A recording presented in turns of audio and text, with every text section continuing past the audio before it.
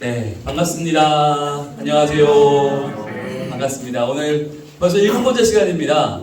네, 이제 다음 주면 종강입니다. 네, 우와. 네, 진심으로 우와. 이야, 그죠? 확실히 1단계와는 달랐어요. 복음은 이제 3단계 남았는데 1단계 말씀을 훈련학교 할 때 우리가 한 시간이 버겁긴 했거든요. 그런데 참 이렇게까지 부담스럽진 않았어요. 그런데 확실히 2단계 들어오니까 기도훈련학교는 매 시간이 부담스럽죠. 네, 이게 기도를 한다는 거, 기도를 쓴다는 거, 기도를 발표한다는 것 자체가 우리에게는 단순한 과제 그 이상입니다. 기도가 버거운 이유가 뭔지 아세요, 여러분? 그 기도가 나이기 때문이에요. 여러분, 그 기도가 나예요. 이게 내가 해온, 내가 써온 글이 아니고 이게 나예요. 우리의 기도는 우리의 전부예요.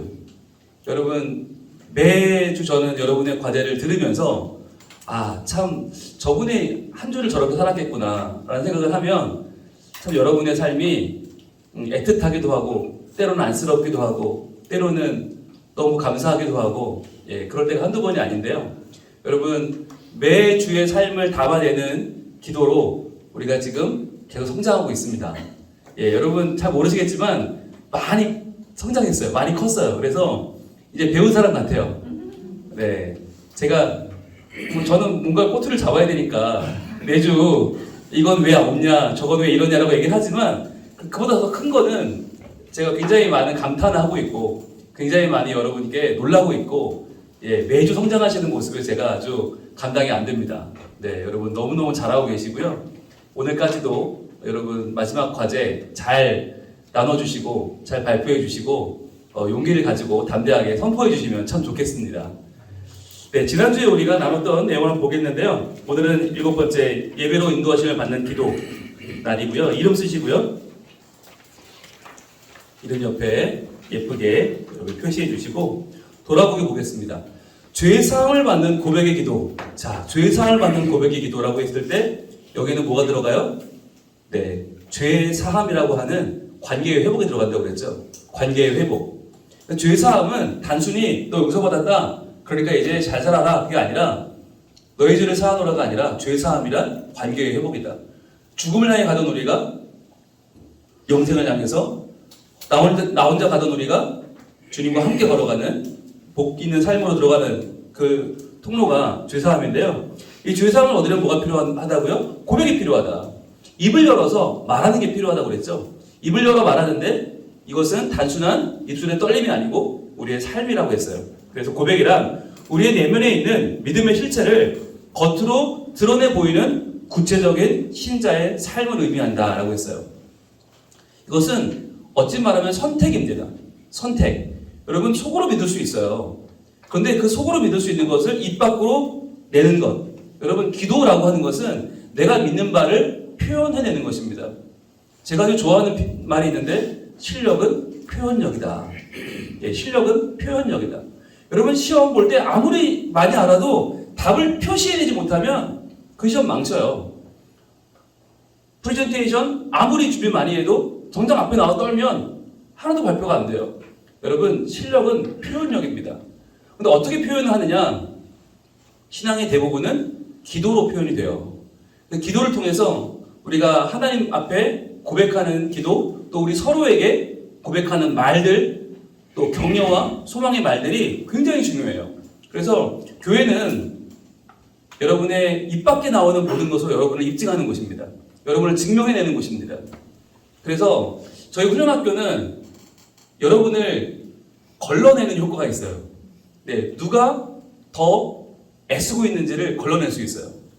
이게 실력을 검증하는 자리가 아니라 여러분의 자세를 검증하는 자리예요. 얼마나 애쓰고 있느냐, 얼마나 수고하고 있느냐, 얼마나 전심을 다하고 있느냐. 그래서 저는 왜 우리 훈련학교를 거쳐야만 중직자가 될 수 있도록 왜 규칙을 정했나? 이만큼도 노력하지 않고 중직자가 되면 어떻게 하겠어요, 그 사람? 이만큼도 애쓰지 않고, 이만큼도 고민하지 않고, 말씀을 붙잡고 하나님께 기도하며 복음을 전하려고 이만큼도 수고하지 않고 중직자가 되면 그분은 교회를 위해서 헌신하기 어려워요. 네, 그 자리를 누릴 수는 있겠지만 그 자리에 합당한 사람이 되기는 쉽지 않아요. 그래서 저희가 여러분이 지금 어렵지만 자기 자신을 발견해가고 자기 자신을 일정한 수준이 되는 하나님께 가까이 나아가는 신앙인으로 변화시키는 단계를 겪고 있는 것입니다.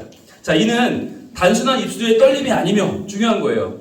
그냥 입으로 뭐라고 떠드느냐가 중요한 게 아니에요. 지금 그 사람이 뭐 믿는다고 했다고 해서 믿는 것도 아니고 안 믿는다고 해서 안 믿는 것도 아니고 우리가 많이 이제 충격받는 게 잘 믿던 분이 돌아가시기 직전에 치매가 오거나 정신을 잃어버리면 갑자기 하나님이 누구냐 그러고 당신은 누구냐 그러고 담임 목사님 얼굴 보고 막 배시지 웃고 네 이러면 우리가 시험에 들어요. 아니 이분 평생을 예수 믿는 장로님인데 마지막에 하나님도 모르고 자기가 누군지도 모르고 담임 목사님 얼굴도 모르고 천국 가겠나 이런 생각을 하거든요. 여러분 여기서 들으시면 안 되는 거예요. 그분이 지금 한마디 뭐라고 했느냐 여러분 그게 중요한 게 아니에요. 그분이 걸어온 삶이 중요한 거죠. 그분이 지금까지 고백해온 삶이 중요한 것이고 그분이 지금까지 하나님 앞에 어떤 삶을 살았냐가 중요한 거지. 여러분 제발 우리가 그거 하나 때문에 흔들리지 맙시다. 그래서 그 한마디에 너무 소망을 걸 필요도 없고 그 한마디에 너무 실망할 필요도 없다. 왜? 우리의 삶은 그 한마디가 대변해주는 게 아니기 때문에. 그래서 우리가 훈련학교를 하는 거예요. 훈련이라고 하는 게 뭐죠? 꾸준함이에요. 꾸준함과 성실함으로 나를 변화시켜가는 게 훈련이에요. 그래서 저는 물론 말씀으로도 여러분 변화가 되죠. 그리고 서로 사랑함으로 변화가 되죠. 그런데 계속적인 도전, 이게 얼마나 단순한 도전이에요. 쓰고 읽고 발표하고 쓰고 읽고 발표하고 같이 듣고 격려하고 이게 별거 아닌 것 같아도 8주를 계속하면서 우리가 달라진단 말이죠. 분명히 여러분 달라졌어요. 그래서 저는 이 과정이 우리 성민과 교회 모든 가족들에게 반드시 필요하다. 그래서 모두가 이곳에 오셔서 이 과정을 겪어내고 그러면서 서로에게 계속적으로 도전하고 자극 주고 서로에게 계속해서 더 하나님 잘 믿어보자고 이렇게까지 우리가 8주 동안 매달리는데 이 과정을 반드시 여러분 경험해야 되지 않겠습니까? 자, 그래서 입술의 떨림이 아니고 뭐라고요? 하나님을 기쁘시게 하는 믿음의 열매입니다. 이게 고백입니다. 고백은 믿음의 열매다. 그러니까 여러분 고백이라고 할 때 저는 제가 떠올리는 고백은 프로포즈입니다. 프로포즈 할 때 뭐라고 했나? 여러분 평생 합니다. 남자분들 프로포즈 잘못하면 평생 쥐어삽니다. 왜? 당신 그때 프로포즈 할 때 얼마짜리 줬잖아. 그 얼마짜리가 평생 가죠. 왜? 나는 당신을 얼마짜리로 받다는 얘기 아니에요. 그죠? 그래서 비싼 걸 지를수록 네, 나중에 아내분이 웃으면서 말씀하시죠. 네. 근데 싼 걸 줄수록 짜증내면서 얘기하죠. 네. 내내 불편한 관계가 됩니다. 네. 여러분, 그러니까 한 번 하는 프로포즈는 잘해야 됩니다. 이왕이면 멋지게 해야 됩니다. 네. 굉장히 남편분들이 좀 곤란해하고 계시는데, 제가 상황을 곤란하게 만들었군요. 네. 여러분, 우리가 하나님 앞에 프로포즈를 하는데, 과연 뭐라고 하겠냐는 거예요. 그냥 하나님, 그냥 옆집 아저씨처럼 그냥 계신지 안 계신지 모르겠지만, 뭐 혹시 시간 괜찮으시면 저한테 좀 도와주시든가 아니면 할 수 없고 에이 말고 뭐 하나님 도와주면 뭐 좀 달라질지 모르겠지만 여러분 이렇게 프로포즈 하시겠어요? 그럴 수 없는 거 아니에요? 정말 하나님께 우리가 뭐라고 고백할까?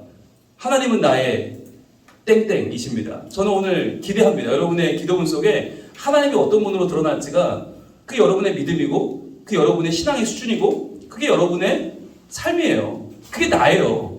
여러분 거기에 여러분이 그 고백 하나에 그 기도 하나에 여러분이 나의 현재를 거시길 바라요. 나의 인생을 거는 기도가 필요하겠어요? 근데 그게 언젠가 한 번이 아니란 얘기예요. 내가 언젠가 대표 기도할 때 내가 정말 부활절 대표 기도할 때 한번 잘해야지. 내가 한번 정교인의 앞에서 한번 잘해야지. 아니요. 그게 중요한 게 아니라 지금 내가 기도하는 한마디 그 한마디에 내 신앙 고백이 담겨야 되는 거예요. 내가 지금 신실하지 않은데 언제 신실하겠어요? 내가 지금 하나님 앞에서 최선을 다하지 않는데 언제는 되겠어요? 그러니까 여러분 언젠가를 기대하지 마시고 오늘 내가 하는 이 숙제 한 편에 최선을 다하세요. 그래서 제가 이번 기수의 새로운 반응을 제가 봤는데 숙제를 해와서 제출을 합니다. 그리고는 다른 사람이 열심히 깨지는 걸 봅니다. 그리고는 숙제 다시 받아갑니다. 고칩니다. 네. 그래서 냅니다. 이거 참 신박하다 생각을 했어요. 이 생각을 왜 전기수는 생각을 못했을까? 네, 전기수는 그냥 내고 그냥 열심히 깨지는 거 보고 그냥 집에 갔거든요. 네, 그러면 이제 그거 그대로 나오는 거죠. 기도 문제 그대로 나오면 나중에 보면 내가 왜 이랬을까? 네, 후회가 막심하죠. 근데 이제 여러분들이 이번 기수는 많은 분들이 다시 받아가서 다시 손을 보고 다시 고치고 했기 때문에 굉장히 양질의 작품이 나오지 않을까 기대하고 있습니다. 그래서 여러분 이번에 한번 보시면 이거 괜찮을 거예요. 네, 꽤 괜찮은 작품이 나올 겁니다. 여러분 기대하고 있습니다. 자, 바른 고백은 우리의 욕망과 욕구를 아뢰는 기도보다 우선하며 당연하겠죠. 여러분 이게 우리의 본성이에요. 우리의 욕구와 우리의 욕망을 아뢰는 게 우리의 본성인데 바른 고백은 그 본성을 뛰어넘는 거예요. 드디어 성숙한 신앙인이 되는 거죠. 고백의 기도를 통해서 하나님은 자연세계를 넘어서는 영적 차원의 역사를 이루어 가십니다. 이게 중요한 거죠. 나는 할 수 없는 그 일을 할 수 있게 하시는 하나님께서 어떻게 일하시나? 나의 고백을 통해 일하십니다. 나의 고백을 통해서.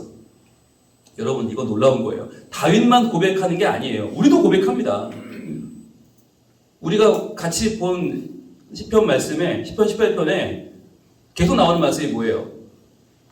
하나님이 나를 도우시니 내가 할 수 없는 일을 해낸다는 거 아니에요. 내가 적들을 향하여 달리며 내가 담을 뛰어넘으며 내가 흑암에서 빛을 발하며 계속해서 할 수 없는 일들을 해내잖아요. 여러분 그게 영적 차원의 역사를 이루어 가시는 하나님이죠. 자, 이웃과 함께 하나님의 구원을 고백하며 높이는 찬양 여러분 굉장히 중요한데 찬양이 고백의 최절정이라고 했죠. 찬양 여러분 계속 찬양하시면 여러분 고백이 굉장히 정교해집니다. 여러분 찬양을 특히나 찬송가를 여러분 많이 부르시면 좋겠어요. 찬송가를 부를 때 나도 모르게 내 표현이 굉장히 정교해지고요. 여러분 찬송가라고 하는 것은 오랜 세월 불려오면서 그것이 우리의 심령을 굉장히 많이 건드려온 노래들이거든요. 그래서 새로운 찬양들도 물론 좋은 곡이 너무 많지만 찬송가를 부를 때 그 가사 하나하나가 우리를 울리는 울림이 상당합니다. 여러분 그래서 찬양이 중요한데 우리의 현실 속에서 무가치한 고민을 끝내줍니다. 무가치한 고민이라는 게 뭘까요? 해도 소용없는 고민, 우리가 늘 가지고 있는 그 우리를 지치게 하는 고민들을 끝내게 하는 힘이 찬양에 있다. 그래서 여러분 운전하실 때 찬양 듣는 분들 매우 좋아요. 왜 잘하시는 거예요. 그리고 틈날 때, 아침에 일어날 때 여러분 찬양을 들으며 일어나시면 참 좋습니다. 네, 저는 요즘 아내에게 혼나고 있어요. 아침에 일어날 때 왜 이렇게 젊고 예쁜 여자의 찬양을 듣냐 이렇게 혼나고 있는데 나이 들고 무식한 목소리 들어야겠습니까? 네, 그래서 아침에 그러고 있는데 별거 가지고 다 뭐라고 해요, 그죠? 네, 아내님들은 굉장히 요구하는 수준이 높아요. 네, 하나님보다 더 맞추기 힘들어요. 네, 자, 그래서 하나님이 역사하시는 새로운 출발점이 됩니다. 여러분 찬양. 오늘 저는 여러분의 기도가 찬양으로 터져 나오기를 소망하는데 여러분의 찬양 새로운 출발점이 되고요. 우리는 찬양을 통해서 구원이 우리의 손에 있지 아니함을 고백하고 하나님의 영광을 선포하며 그 안에 자유를 누리게 됩니다. 네, 여러분 그래서 더 이상 우리에게 기도훈련학교를 수료한 우리에게 찬양은 준비 찬양이 아니에요. 준비 찬양이란 말은 없어요, 그죠? 모든 찬양은 우리의 중심을 담은 찬양이고 여러분 예배 시간에 설교를 듣는 것만큼 중요한 게 찬양을 올리는 거예요. 여러분 우리가 축도 시간에 하나님께 복을 받는 것보다 또는 그만큼 중요한 게 우리가 하나님께 정성을 드리는 거잖아요. 그러니까 모든 예배의 순서는 드리고 받고 계속 이렇게 반복이거든요. 그러니까 이게 우리 안에 얼마나 건강하게 살아있느냐를 보여주는 것 지표 중에 하나가 찬양입니다. 그래서 여러분 아무리 내가 점잖은 사람도 찬양을 열심히 하셔야 돼요. 기도를 열심히 하는 만큼 말씀을 열심히 듣는 만큼 여러분 찬양하는 것이 매우 중요하다. 그래서 여러분 매번 우리의 기도가 업그레이드 되는데 지난주 고백의 기도를 올바르게 숙지하신 분들은 이제 그 삶 가운데에서 찬양의 반복이 일어나고 찬양의 숙고가 일어나고 찬양의 이해가 일어나죠. 그렇게 되면 이제 본격적으로 우리의 삶이 새로운 지표로 나아가는 것입니다. 자, 오늘 이제 여러분들 모두 시편 18편 말씀을 지난주에 우리가 같이 봤습니다. 1절부터 6절, 27절부터 31절 앞부분과 뒷부분을 우리가 보고 나서 이 말씀으로 기도를 했습니다. 자, 이 기도를 여러분 같은 본문이니까 오늘은 더 유익할 것 같아요. 같은 본문을 이 사람은 이렇게 하고 저 사람은 저렇게 하고 다 어떻게 했나 한번 보시고 그러면서 여러분 안에서 중심 사상이 뭘로 했는지 그리고 어떤 내용으로 이 내용을 기도하셨는지를 발표해 주시면 되겠습니다. 자, 그러면 지금 저 시간으로 22분인데요. 50분에 만나서 발표하도록 하겠습니다. 네, 조별로 이동하겠습니다. 네, 우리 강의 시작할 텐데요. 조금 전에 네 분의 기도를 우리가 들었는데 저는 참 하나님께서 우리의 기도를 정말 들으시는구나 라는 걸 느꼈어요. 왜냐하면 기도는 기도자예요. 여러분, 기도는 기도자다. 저는 이 말 굉장히 중요하게 여기는데 무슨 말이냐면 기도를 아무리 잘해도 그 사람이 하나님 앞에 서 있지 않으면 그 기도는 아무 의미가 없어요. 그런데 우리 기도훈련학교의 목적은 여러분이 올바른 기도자가 되는 것입니다. 여러분이 올바른 기도자가 되었을 때 여러분이 드리는 기도는 올바른 기도고 여러분이 드리는 기도는 하나님을 감동케 하는 기도가 될 것입니다. 그래서 저는 그 과정을 여러분과 함께 하는 거예요. 지금 여러분이 참된 기도자가 되는 그 길을 여러분이 걸어갈 수 있도록 제가 그 길을 조금 더 알려드리고 그 길을 조금 더 같이 걸어가 드리는 거거든요. 그래서 여러분은 모르는 걸 배우는 게 아니고요. 알았던 걸 확실하게 붙잡는 거예요. 저희 훈련의 목적은 그거예요.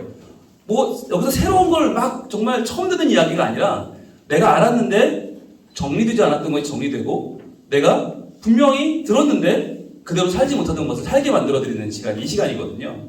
그래서 저는 이제 다음 주면 종강인데 참 마음이 많이 뿌듯하고 흡족하고 행복합니다.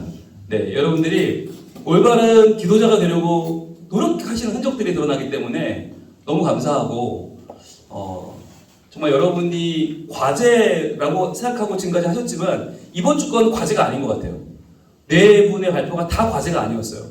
이것은 나의 기도였고 이것은 내 삶을 관통한 기도고 이건 나만 들을 수 있는 기도고 그래서 저는 여러분 나의 기도를 내 삶의 기도를 발견하셨다는 게 참 기쁘고 아마 발표를 안 하신 여러분들도 다 그랬으리라고 믿고 여러분 모두에게 제가 큰 박수를 한번 드리고 싶습니다. 네, 수고하셨습니다. 마지막 과제 여러분들 너무너무 수고하셨습니다. 자, 이제 오늘 7번째 강의 시작할 텐데 자, 예배함으로 신실해지는 기도 그리고 인도하심을 받는 통로로서의 기도 두 가지인데요. 이 두 가지가 연결이 됩니다. 예배와 인도하심을 받는 예배. 여러분, 우리가 점점 기도에 대해서 공부하고 있는데 결국 어디로 가냐면 우리의 신앙생활에 보편적인 모습들로 가고 있어요. 여러분, 기도를 열심히 공부해서 기도가 절정에 이르면 우리 생각에는 그 예배, 예배 그냥 맨날 드리는 거 예배와 기도는 저렇게 떨어져 있을 것 같이 느끼고 마치 기도를 열심히 공부하면 예배를 초월하는 것처럼 느낄 때가 많이 있어요. 그래서 사도로 들어가든지 아니면 수도로 들어가든지 아니면 기도원을 가든지 그런데 여러분 놀라운 건 기도의 끝에 예배가 있다는 사실이에요. 기도가 성숙해지고 기도가 깊어지고 기도가 선명해질수록 우리의 예배 생활이 거기에 있고 그 예배가 달라지는 거예요. 왜냐하면 2000년 기독교 역사에서 가장 오래된 기도는 예배입니다. 그리고 가장 굳건하게 변치하는 기도도 예배입니다. 그래서 여러분 교회를 다닌다라고 말할 때 다른 건 안 해도 주일 예배를 드려요. 왜? 그 예배가 기도이기 때문이에요. 그 예배에 우리가 모여서 함께 신앙을 고백하고 함께 하나님 찬양하고 함께 찬미의 기도를 드리고 죄 속죄함의 기도를 드리고 죄사함을 받고 그리고 우리가 말씀 받고 그 말씀으로 다시 한번 결단하고 하나님 앞에 내 삶을 드리기로 헌신하는 그 모든 과정들이 이게 기도예요, 기도. 그래서 우리는 이제 이 완성의 단계로 접어들면서 예배에 대해 다루려고 합니다. 자, 1번 하나님을 향한 바른 기도는 자, 분명히 기도인데 기도는 영광받기에 합당하신 하나님을 향한 예배로 나아가는 통로가 됩니다. 기도는 예배의 통로다. 왜냐하면 기도하면 할수록 올바른 기도를 한다면 누가 보여요? 하나님이 보여요. 하나님의 영광이 보여요. 그러니까 예배하지 않을 수 없는 거예요. 처음에 기도를 할 때는 우리가 하나님을 어떻게든 인도해 보려고 노력했어요. 하나님 이렇게 하셔야 됩니다. 하나님 이렇게 해야 하나님인 거예요. 라고 우리가 하나님을 설득하려고 들거든요. 그런데 그 기도가 점점 깊어지면 깊어질수록 내가 하나님께 인도함을 받는 존재가 돼요. 뭘 통해서? 예배를 통해서. 그래서 예배란 인도하심을 받는 우리의 중요한 기도의 중심이 되고 기도의 요체가 되는 것이죠. 자, 그래서 예배는 바른 대상에 대한 바른 행위를 수반합니다. 이게 예배예요. 예배가 뭐냐? 바른 대상에 대한 바른 행위. 바른 대상, 하나님이라고 하는 한 분 유일하신 하나님, 그분을 놓치면 그 예배는 산으로 가죠. 게다가 바른 행위, 하나님께 예배하는데 바르지 못한 행위로 예배하면 그 예배는 또 예배가 아니에요. 그러니까 두 가지가 필요한데, 바른 대상에 대한 바른 행위가 필요한데, 예배란 하나님의 경이롭고 동시에 인격적인 계시가 있어요. 경이롭고 인격적인 계시. 여러분, 이 두 가지가 다 중요한데, 예배라고 하는 것은 하나님의 계시가 우리에게 임하는데요. 이 계시는 말씀이죠. 자, 말씀으로 임하는데 이 말씀이 두 가지 특징을 가진다는 거예요. 첫째는 경이롭고. 여러분, 경이롭다는 게 뭐죠? 예, 낯설다는 거예요. 굉장히 낯설어요. 말씀이 우리의 상식과는 너무 달라요. 우리의 상식은 뭐 열심히 일하면 성공한다. 열심히 돈 많이 벌면 행복하다. 그게 우리의 상식이잖아요. 근데 경이로운 말씀은 어떻게 임해요? 이건 완전히 우리의 삶을 완전히 뒤바꾸는 복음이에요. 약한 자가 이해하죠. 네. 약한 자가 하나님의 손길로 강해지고 죽은 자가 살아나고 낮은 자가 높아지는 이 경이로운 거죠. 근데 게다가 이 경이로운 말씀이 인격적이에요. 게다가 인격적이란 말은 굉장히 친밀하다는 말이고 우리의 일상생활 속으로 들어오고 계시단 말이죠. 이 놀랍게 먼 것 같은 경이로운 하나님이 인격적으로 다가와 계셔요. 이런 계시에 대한 경이롭고 인격적인 반응, 이 반응이 바로 예배입니다. 이것에 반응하는 거. 예. 이 반응도 굉장히 경이롭고 굉장히 인격적이죠. 그래서 이 계시에 반응하는 우리의 삶을 예배라고 하는데, 보겠습니다. 시편 5편 1절부터 7절인데요. 여호와여 나의 말에 귀를 기울이사. 자, 말, 기도죠. 우리가 말로 표현하는 거, 우리 고백하는 말. 자, 나의 말에 귀를 기울이사 나의 심정을 헤아려 주소서. 심정. 그러니까 말은 단순한 말이 아니에요. 우리 심정이에요. 심정이 어디에 담겨요? 말에 담기는 거예요. 무엇이? 나의 중심이. 그 심정이 담겼다는 것은 기도가 나라는 말이죠. 자, 나의 왕 나의 하나님이여 내가 부르짖는 소리를 들으소서. 내가 주께 기도하나이다.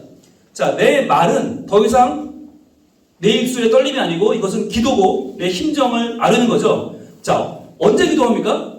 여호와여 아침에 주께서 나의 소리를 들으시리니 아침에 내가 주께 기도하고 말하리이다. 자, 왜 아침인가요? 왜 아침인가요? 네. 시작. 그렇죠. 우리로 보면 시작이죠. 우리의 시각으로 보면. 그런데 이스라엘의 시간으로 보면 시작이 저녁이에요. 저녁이 되면 아침이 되니 이는 첫째 날. 이게 유대식 시간 개념이거든요. 그러니까 여기서 말하는 아침은 하루의 시작이 아니라 가장 어두운 시간이 끝나는, 밝음이 찾아오는 시간. 그러니까 우리의 좌절이 희망으로 바뀌는 시간. 즉 우리가 주도하던 시간이 끝나고 하나님이 주도하는 시간이 시작되는 시간이 아침이에요. 게다가 더 중요한 거, 아침은 언제 온다? 매일 온다. 네, 아침은 매일 온다. 이게 중요하죠. 정기적으로 우리의 중요한 표현은 반드시 온다. 반드시. 자, 그러니까 아침에 들어주신다는 말씀은 뭐냐면 하나님은 반드시 나의 기도를 들으신다. 그래서 내가 기도를 할 때 이 기도는 허공을 치는 기도가 아니고 이 기도는 하나님이 들어줄지 안 들어줄지 모르는 그냥 던져보는 기도가 아니라 반드시 응답하시는 기도. 그것이 아침이에요.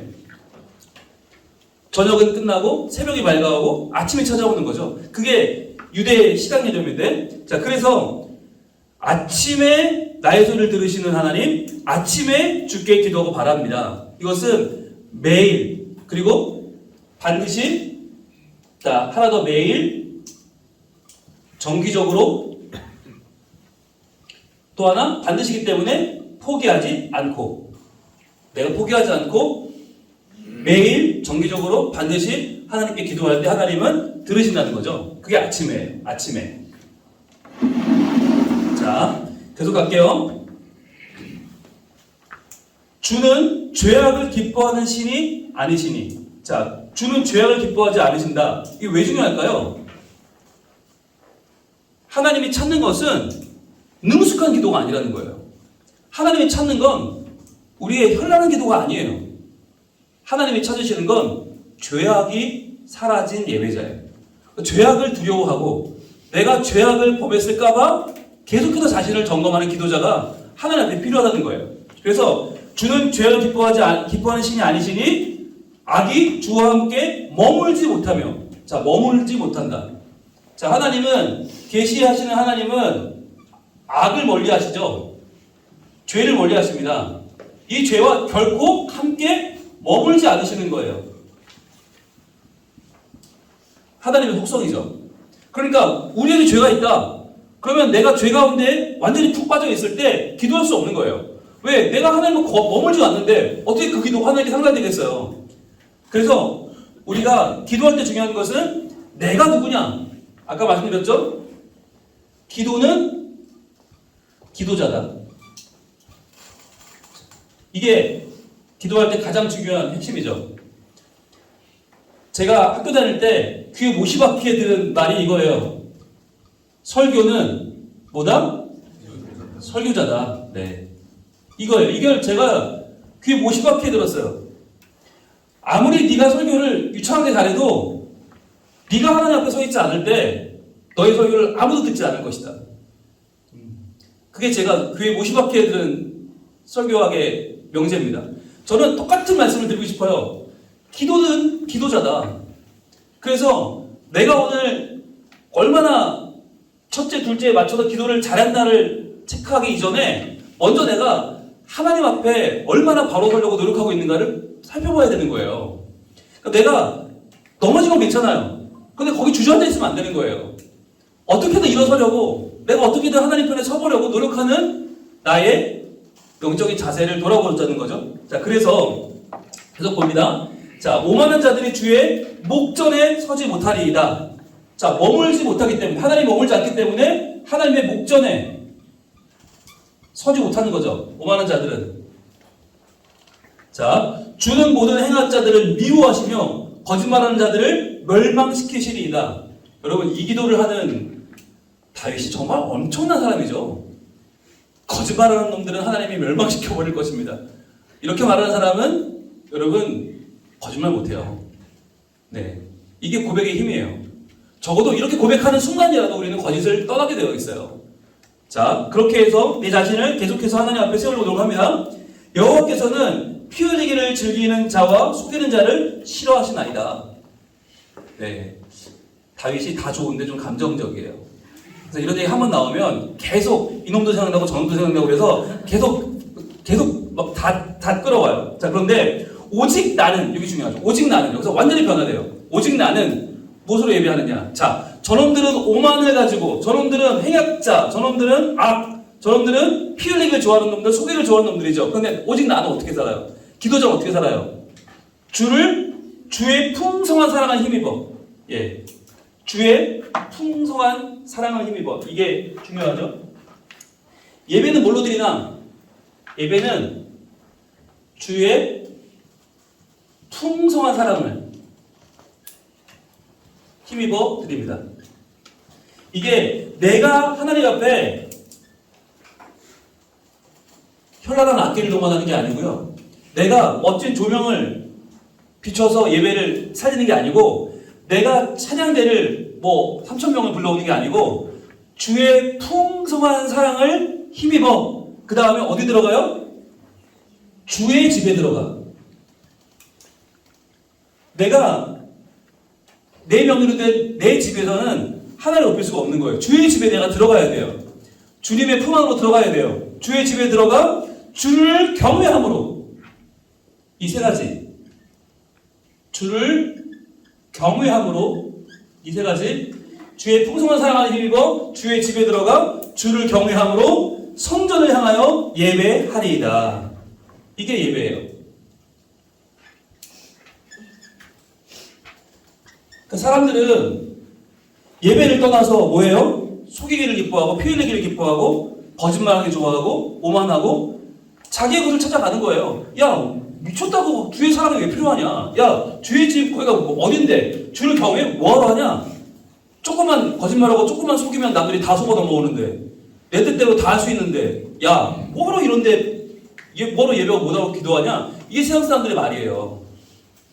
마치 그 길이 지혜롭고 그 길이 잘 가는 것처럼 잘 사는 것처럼 말한단 말이에요. 그런데 그럴 때에 우리에게 필요한 건 뭐예요? 오직 나는이에요.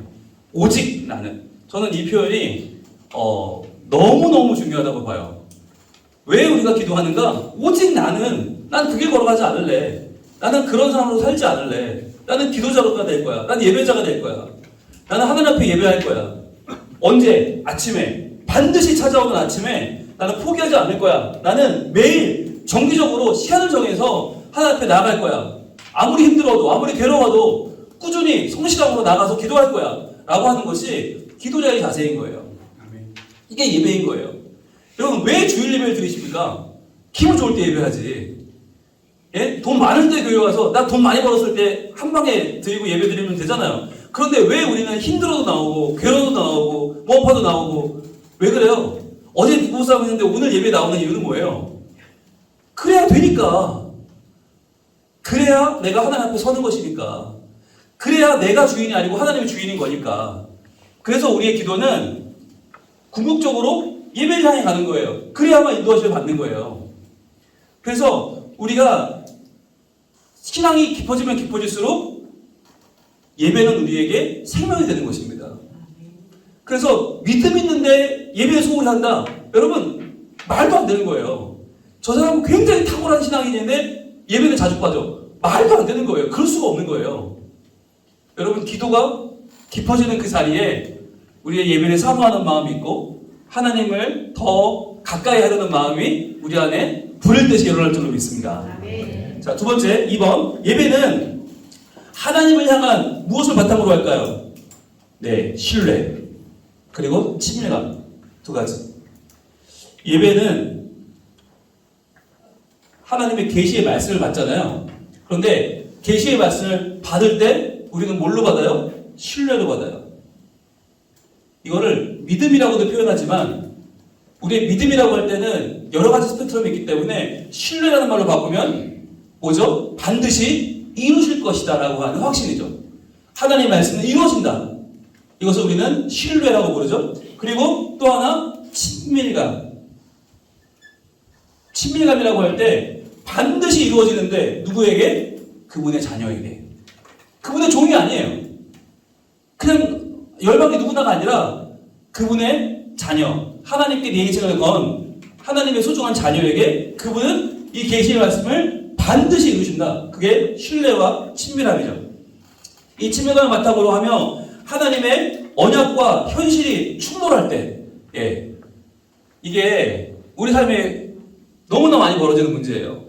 언약은 주어졌는데 내 현실은 그렇지 않아. 충돌하는 거죠. 그럴 때 어떻게 해야 되겠냐? 하나님의 말씀은 내게 잘 될 거라고 하는데 내 현실은 안 된단 말이에요. 이럴 때 우리를 이기게 하는 힘이 뭐냐? 바로 현실을 이길 힘과 능력의 원천이 되는 것이 예배입니다. 우리가 예배를 드림을 통해서 하나님을 온전히 믿을 수 있게 돼요. 우리의 기도가 더 이상 나의 유익을 떼쓰는 어린아이의 기도가 아니라 나의 기도가 하나님을 따라가는 기도가 될 수 있는 그 변화의 시점이 예배예요. 그래서 여러분, 예배는 너무 오래된 말이긴 하지만 내려놓음이 중요합니다. 예배를 너무 많이 쥐고 있으면 그 예배는 은혜가 되지 않아요. 심지어 설교자도 설교하러 올라갈 때 내려놓습니다. 심지어 여러분, 설교라는 건 다 짜여진 거 아니에요? 처음부터 끝까지. 게다가 저는 여러분 PPT를 많이 쓰기 때문에 이미 다 토시까지 다 정해져 있거든요. 그런데도 올라갈 때 내려놔요. 왜? 제가 예배를 주도하는 것이 아니고 제가 예배를 주장하는 것이 아니기 때문에 하나님이 언제라도 말씀하시면 제가 따라갈 준비로 올라가거든요. 신기하고도 올라온 건 똑같은 PPT로 설교하는데 내용이 완전히 달라지는 경우가 있어요. 제가 예상하고 준비했던 내용과 올라가 전한 내용이 이렇게 다를 수가 있나? 예. 근데 게다가 PPT가 딱딱 맞아. 이거 누가 만든 거예요? 이거 분명히 제가 만들었는데 내 맘대로 안 가는 거예요. 자꾸 근데 다른 감독이 나오는데 너무 잘 맞아. 그러면 그럴 때 저는 소름이 돋아요. 예. 그런 날 많은 분들이 저한테 오셔서 목사님 설교 너무 좋았다고. 설교 너무 은혜 받았다고. 이거 언제까지 이거 얼마나 준비하신 거냐고 막 속으로 찔리죠. 그런 내용 아니었는데 원래는. 아니었는데 하나님 바꾸신 거죠. 근데 그게 저만 그럴까요? 아닐걸요? 아마 여러분에게도 기대하고 왔던 여러분의 마음과 생각과 전혀 다른 하나님의 응답이 임하는 경우도 있을걸요? 예, 찬양도, 기도도, 그 모든 순서도 다, 만남까지도 다를걸요? 분명히 달라요. 자, 그래서 우리가 욥의 예배를 한번 볼 텐데, 욥이 일어나 겉옷을 찢고, 자, 겉옷 찢고, 머리털 밀고, 왜 이렇게 예배를 할까요? 땅에 엎드려 예배하며, 자, 예배하는데 왜 겉옷 찢어요? 왜 머리털을 밀어요? 왜 그러는 거예요? 네? 뭘 내려놔요? 나를? 그 중에 나 중에서 무엇을? 나의 외형을 내려놓는 거죠. 외형이라는 건 뭐예요? 남에게 보이려는 거. 남에게 보이는 겉옷. 사실 속옷은 안 보이지만 겉옷은 다 보이잖아. 저 사람 보니까 되게 있는 집인 것 같아. 저 사람은 높은 사람인가 봐. 겉옷은 신분을 상징합니다. 머리칼은 치렁치렁하게 늘어뜨린 머리칼은 얼마나 아름답습니까? 그런데 그걸 밀어버려요.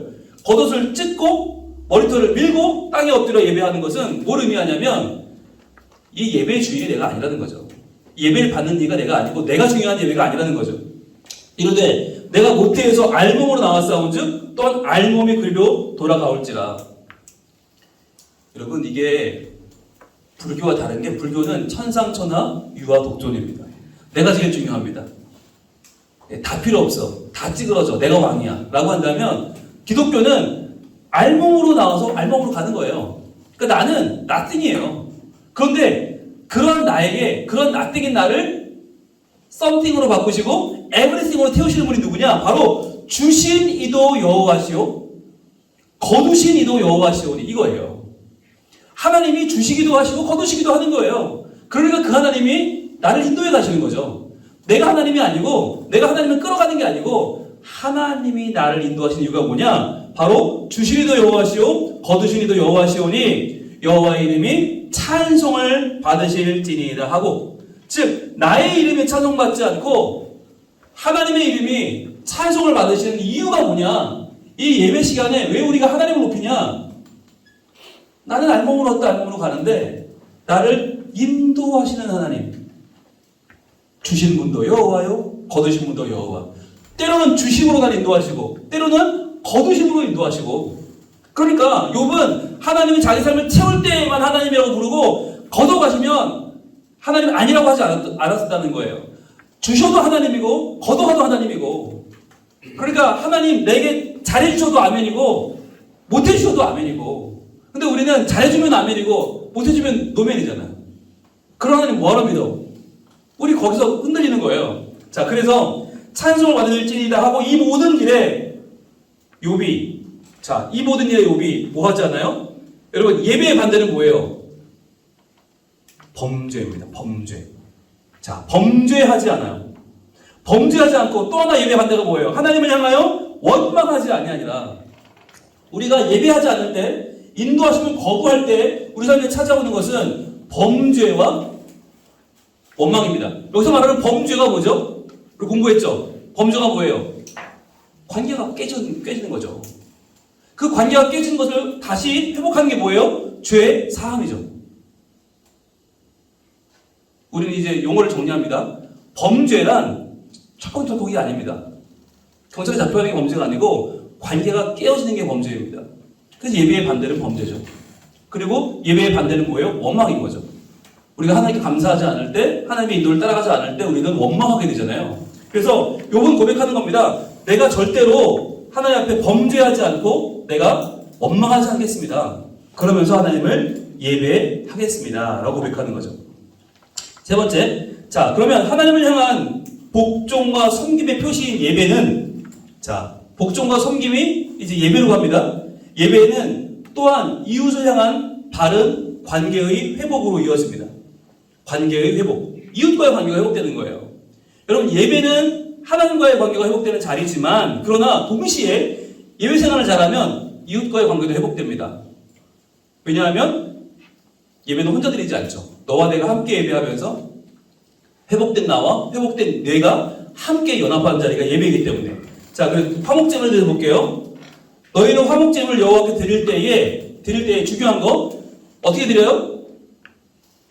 똑바로, 제대로, 치수 맞춰서, 레벨로에 맞게? 아니요. 기쁘게. 예, 이게 중요해요. 기쁘게 받으시도록 드리고, 기쁘게. 제물을 드릴 때에는 기쁘게. 예물을 드릴 때는 기쁘게 받으시도록. 여러분, 이게 왜 기쁘게가 중요하죠? 예배는 심각해야지. 예배는 거룩해야지. 경건해야지. 왜 기쁘시게 받으시도록이 중요한가요? 관계가 회복이, 그렇죠. 관계의 회복이니까. 깨어진 관계가 회복되려면 기쁨이 있어야 돼요. 하나님도 우리도 기쁘게 받으시도록 드리고, 그 제물은 드리는 날과 이튿날에 먹고, 자, 이때는 먹는 게 예배예요. 화목제물은 먹는 게 예배란 말이에요. 근데 여러분, 먹는데 혼자 먹는 죄악이 있고요, 함께 먹는 예배가 있습니다. 셋째 날까지 남았거든. 불 사르라. 딱 이틀밖에 안 줘요. 이틀. 소 한 마리 잡으면 1000근쯤 나온답니다. 1000근의 고기를 아무리 잘 먹어도 나 혼자 못 먹고요, 우리 식구가 먹어도 못 먹어요. 가까운 사람 부르면 못 먹어요. 어떻게 불러야 돼요? 다 불러야 돼요. 네, 원수까지 불러야 돼. 원수가 아니야. 누구라도 불러서 다 먹여야 돼. 자, 그래서 불 사르라. 남으면 다 불 살라야 돼. 얼마나 아까워요. 셋째 날에 조금이라도 먹으면, 자, 아까워서 내가 안 줘. 원수는 안 줄 거야. 내가 짱박아 놨다가 내가 셋째 날 먹으면 가증한 것이 돼요. 중요한 말이 나오는데, 기쁘게 받으심이 되지 못하고. 자, 첫 줄에 기쁘게 받으시도록 연결해 보세요. 분명히 기쁘게 받으셔야 되는데 어떻게 기쁘게 받는 거예요? 나누어 먹어야지 기쁘게 받으시는 거예요. 근데 나누어 먹지 않으면, 혼자 다 먹으면 기쁘게 받으심이 되지 못하고, 아, 그렇구나. 예배를 기쁘게 받으시게 하려면 나누어 먹어야 되는 거구나. 즉, 우리의 관계의 회복이 없이는 하나님과의 관계가 회복되지 않는다는 거예요. 나 혼자 잘 먹고 잘 사는데 못 먹고 못 사는 사람들과 함께 예배한다? 그런 일은 가능하지 않다는 거예요. 그래서 기쁘게 받으시면 되지 못하고, 그것을 먹는 자는 여호와의 성물을 더럽힘으로 말미암아. 더럽힘, 반대는 거룩함이죠. 거룩한 것이 더러워지는 거예요. 예물이 분명히 거룩했는데 더럽힘을 이제 내가 거기에 덧입힌 거죠. 더럽힘으로 말미암아 죄를 담당하리니. 죄는 뭐예요? 관계의 깨어짐. 관계가 깨어지는 거죠. 죄를 담당하리니 그가 그의 백성 중에서 끊어지리라. 무시무시한 말씀이에요. 그러니까 화목제를 드릴 때 소를 한 마리 잡았는데 이틀 안에 다 먹어야 돼. 조금이라도 남아서 그 다음날 먹으면 가증하고 하나님이 안 받아주시고 그는 백성 가운데 끊어진다. 이 말은 반드시 찾아가서 이것 좀 먹어주세요 라고 관계가 풀어지고 회복이 돼야 되는 거예요. 그럼 저쪽 사람도 뭐라고 하겠어요? 그러면 싫다고 하겠어요? 야, 지금까지 너 그렇게 나한테 모종의 물들이 예배드리니까 고기 들고 찾아왔어? 라고 할까요? 아니죠. 이 시대는 고기가 귀하다는 시대입니다. 냉장고 없습니다. 쿠팡에서 아침에 오지 않습니다. 여러분, 고기 구경하는 건 평생 가야 몇 번밖에 없는 기회예요. 그럼 어떻게 하겠어요? 당장 문을 열고 끌어안는 거죠. 형제요, 내가 먹어주겠네. 다 놓고 가시. 이러면서 관계가 회복되는 거죠. 여러분, 예배란 관계의 회복이고, 예배는 하나님과의 죄의 씻김, 동시에 우리의 관계의 회복입니다. 자, 그 다음에 인도하심을 받는 통로로서의 기도 볼게요. 1번, 하나님의 인도하심은 우리 삶 가운데 어떻게 임할까요? 인도하심이 세세한 부분에 대한 결정보다는 이거예요. 하나님은 동으로 갈까요? 서로 갈까요? 부채도사가 아니에요. 하나님은 인도해 주실 때 의대를 가라, 법대를 가라 이렇게 하는 분이 아니세요. 세세한 부분에 대한 결정보다. 어떤 분은 그런 분도 있어. 하나님, 짜장면 먹을까요? 짬뽕 먹을까요?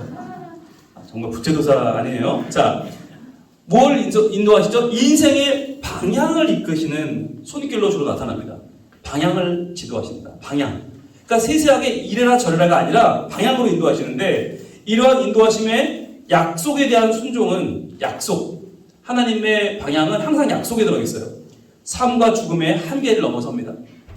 여러분, 이게 중요한데, 하나님이 분명히 나 인도하셨는데 내 생애 동안에 이루어지지 않았다. 그게 문제가 되지 않는다는 거예요. 왜? 하나님은 영원하시기 때문에, 하나님은 내가 죽어도 나의 후대를 통해서 나의 다음 대를 통해 이어가시기 때문에, 그래서 인도하심을 받는다는 것에 여러분 너무 선명한 응답을 기대하시면 실망합니다. 네, 제가 알기로, 죄송합니다, 어느 선교단체는 서로 사인을 봐야 결혼합니다. 근데 그 사인이 뭔지는 아무도 몰라요. 그 둘이 받아야 알 수 있대. 놀랍죠? 지가 바로야? 내 꿈을 맞추고 그 꿈을 해몽해. 거의 바로 수준 아닙니까? 그러니까 내가 뭘 봐야 되는지 몰라요.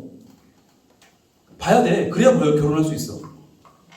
그럼 거의 여러분 폭력 아닙니까? 그거 어떻게 봅니까? 그것도 같이 봐야 돼. 같이 못 보면 소용없어. 뭘 봐야 되는지 모르는데 같이 봐야 돼. 여러분, 그게 말이 되니까 그분들이 결혼했겠죠. 네, 제가 믿음이 없는 거겠죠. 그러나 여러분, 하나님의 인도하심은 때로 얘다가 아니에요. 이거다가 아니에요. 여기다가 아니에요. 왜냐하면 하나님이 지금까지 수많은 말씀으로, 약속으로, 언약으로 주셨단 말이에요. 우리에게 방향을. 하나님이 방향을 알려주지 않아서 우리가 엉뚱하게 가는 게 아니지 않습니까? 갈 마음이 없는 거지. 순종하기 싫은 거고, 내가 그 길을 거부하는 거지, 하나님은 방향을 제시하지 않은 적이 없어요. 근데 우리는 항상 그 길을 가기 싫으니까 계속 딴 길을 요구하는 거죠. 볼게요. 내가 너와 함께 애굽으로 내려가겠고, 하나님 하신 말씀입니다. 하나님이 야곱에게 주신 말씀입니다. 야곱이 갈까 말까 망설이니까, 요셉은 총리 대신이 됐어요, 이미. 그래서 자꾸 오라고 하는데 가야 되나 말아야 되나 고민할 때, 하나님이 내가 너와 함께 애굽으로 내려가겠고 반드시 너를 인도하여 다시 올라올 것이며. 자, 여러분, 이 말씀을 주실 때 얼마나 야곱이 기뻤을까요? 하나님이 함께 내려가신대요. 그래서 너를 인도하여 다시 올라온대요. 그러면 못 갈 거 뭐 있어? 하나님이 같이 가시고 다시 올라올 텐데. 그러면 다시 인도에 다시 올라올 것이며까지는 문제가 없어요. 그런데 다음 말이 중요해요.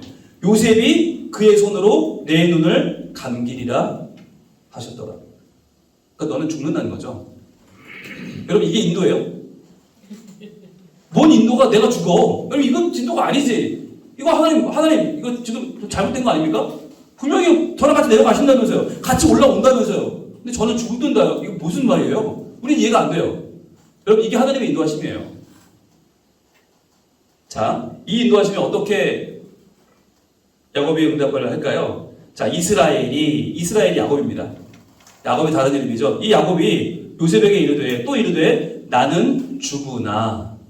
여러분, 사람은 죽습니다. 사람은 유한합니다. 죽으나 뭐라고 해요? 하나님이 너희와 함께 계시사. 자, 그 함께라는 말을 누가 했던 말이에요? 하나님이 하신 말씀이에요. 그 약속을 지금 기억하고 말해줍니다. 함께 계시사 너희를 인도하여. 아까 했던 말 똑같이 하고 있죠? 너희 조상의 땅으로 돌아가게 하시려니와. 여러분, 이게 신앙이에요. 나는 죽어요. 그게 뭐, 나 죽을 게 무슨 소용이 있어? 하나님 살아계신데. 그 하나님이 너희와 함께 계시고 그 하나님이 너희 인도하셔서 돌아가게 하실 것이다. 이게 믿음인 거고, 이게 하나님의 인도하심을 따르는 거예요. 그랬더니 야곱이 그렇게 죽었거든요. 그랬더니 나중에 요셉이 또 뭐라고 하면 죽는지 보세요. 요셉이 그의 형제들에게 이르되 나는 죽을 것이나. 똑같은 말이에요. 그 아버지 때에 이루어지지 않았지만 하나님이 약속하신 섭리를 요셉이 똑같이 얘기합니다. 나는 죽을 것이나 하나님이 당신들을 돌보시고. 자, 함께하고 인도하고 똑같은 말이죠. 돌보시고 당신들을 이 땅에서 인도하여 내사. 자, 아버지가 했던 말을 요셉이 똑같이 합니다. 돌보시고 인도하여 내사 아브라함과 이삭과 야곱에게 맹세하신 땅에 이르게 하시리라 하고. 여러분, 이게 요셉의 믿음이었어요. 여러분, 하나님의 인도하심을 따른다고 하는 것은 당장의 변화를 기대하는 게 아닙니다. 당장의 내 이익을 구하는 게 아닙니다. 나는 죽으나 하나님의 약속은 살아계셔서 하나님이 너희를 인도하시고 하나님이 너희를 돌보시고 하나님이 너를 이끌어 가실 것이다. 이게 인도하심을 받는 사람의 자세예요. 그래서 저는 수많은 장례를 진행합니다. 그런데 장례가 왜 중요하죠? 장례는 끝이 아니기 때문이에요. 장례는 하나님이 주신 언약이 끝이 아니에요. 그 언약이 어떻게 이어질지를 우리가 확인하는 자리인 거예요. 어떻게 후대로 그 약속이 이어지고 어떻게 그 약속을 믿는 자들이 어떻게 약속을 이루어 가는지를 세상에 보여줄 수 있는 너무나 귀한 자리인 거예요. 그래서 저는 우리 기도훈련학교 여러분에게 간곡히 부탁을 드립니다. 눈앞의 이익을 위해 기도하는 자는 반드시 실패할 것입니다. 왜냐하면 하나님은 눈앞의 이익을 주는 분이 아니에요. 그러나 하나님은 확실하게 뭘 바꿔주십니까? 우리의 믿음을 바꿔주세요. 하나님을 향한 신뢰, 하나님을 향한 친밀함을 우리 안에 회복시켜주세요. 그래서 그 계시의 말씀을 믿게 해주세요. 그래서 그 계시를 믿어서 악을 떠나고 죄를 떠나고 머물러 있지 못하고 그 앞에 목전에 서지 못하는 도저히 죄를 견딜 수 없는 우리를 만들어주시는 거예요. 그래서 기도하는 사람은 하나님 앞에서 올바른 자가 되려고 몸부림을 칠 수밖에 없는 것이죠. 그리고 그분의 인도하심을 따라서 내가 달라지고 내 자녀가 달라지고 우리 가정과 가문이 새로워질 수밖에 없는 거예요. 그게 오늘 성경이 말씀하고 있는 인도하심을 받는 기도입니다. 그래서 지금 내 눈앞의 이익은 크게 왔다 갔다 하지 않을 수 있어요. 내가 지금 투자한 게 확 오르지 않을 수 있어요. 여러분 이제 그런 시대는 지나갔어요. 끝났어요. 이제 우리 앞에 놓인 시대는 정체기가 찾아올 겁니다. 기도해도 달라지지 않는 시대, 기도해도 변함이 없는 것 같은 시대, 하나님이 어디 있냐고 묻는 시대가 이제 우리 앞에 올 것입니다. 그럴 때에 어떻게 기도하겠는가? 어떻게 우리가 나는 죽으나 하나님은 살아계셔서 하나님이 너희를 돌보시고 너희 인도하시고 마침내 너희를 그분이 맹세하신 땅에 들어가게 하실 것이다. 이 믿음을 가질 수 있을까? 저는 기도훈련학교에 이제 마지막 강의론 오늘이 마지막인데 이제 결론을 다음 주에 짓게 될 텐데요. 결론을 앞두고 여러분에게 마지막으로 드리고 싶은 말씀은 우리의 기도는 현실을 뛰어넘는 힘입니다. 현실에 매몰되면 기도할 수 없습니다. 마치 사다리 타듯이 마치 점괘를 보듯이 그렇게 기도해서는 우리는 이 각박한 현실 가운데 기도할 수 없어요. 기도했는데 병이 안 나와요. 기도했는데 그 사람 교회 안 나와. 기도했는데 문제가 해결되지 않아요. 어떻게 하실 겁니까? 그러한 어려움 가운데도 우리가 포기하지 않고 더욱 신실한 기도자가 되고 더욱 하나님의 인도하심을 구하고 그 인도하심을 더 따라가려고 선택할 때 하나님은 분명히 우리의 삶의 그 긴 여정을 통해서 하나님의 살아계심을 나타내실 것이고 우리와 우리의 후대에게 하나님을 따를 수 있는 복을 주실 줄로 믿습니다. 아멘. 그래서 야곱은 본 것이 없이 죽었지만 그러나 요셉도 그 뒤를 따라 죽었지만 우리에게 계속해서 성경을 통해 말하고 있잖아요. 외치고 있잖아요. 인생은 짧다. 그러나 하나님은 살아계신다. 인생은 유한하다. 하나님의 응답은 반드시 이루어진다고 외치고 있는 거잖아요. 그래서 저희가 항상 성경을 보면서 눈앞에 이루어지는 것만 저희가 따라가려고 하고 그것만 바라고 있는데 그러나 우리의 기도는 그럼에도 불구하고 오직 나는의 기도가 되어서 다시 한번 오늘도 하나님 앞에 예배하며 그분의 인도하심을 따라가는 거룩한 기도자로 서기를 축복합니다. 네, 기도하겠습니다. 하나님 감사합니다. 오늘 7번째 시간을 가졌습니다.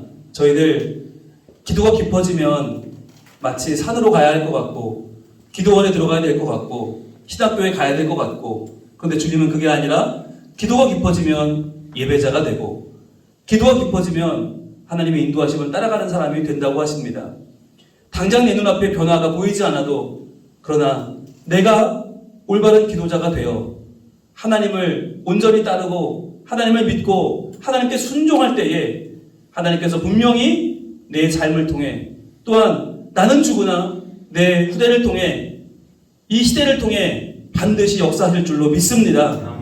주님을 의지하는 자, 주님을 신뢰하는 자, 주님을 친밀히 여기고 다가가는 자 바로 우리가 되게 하시고 그러한 기도로 주를 기쁘시게 하는 우리 모든 성민가족들 되게 하여 주시옵소서. 예수님 이름으로 기도합니다. 아멘.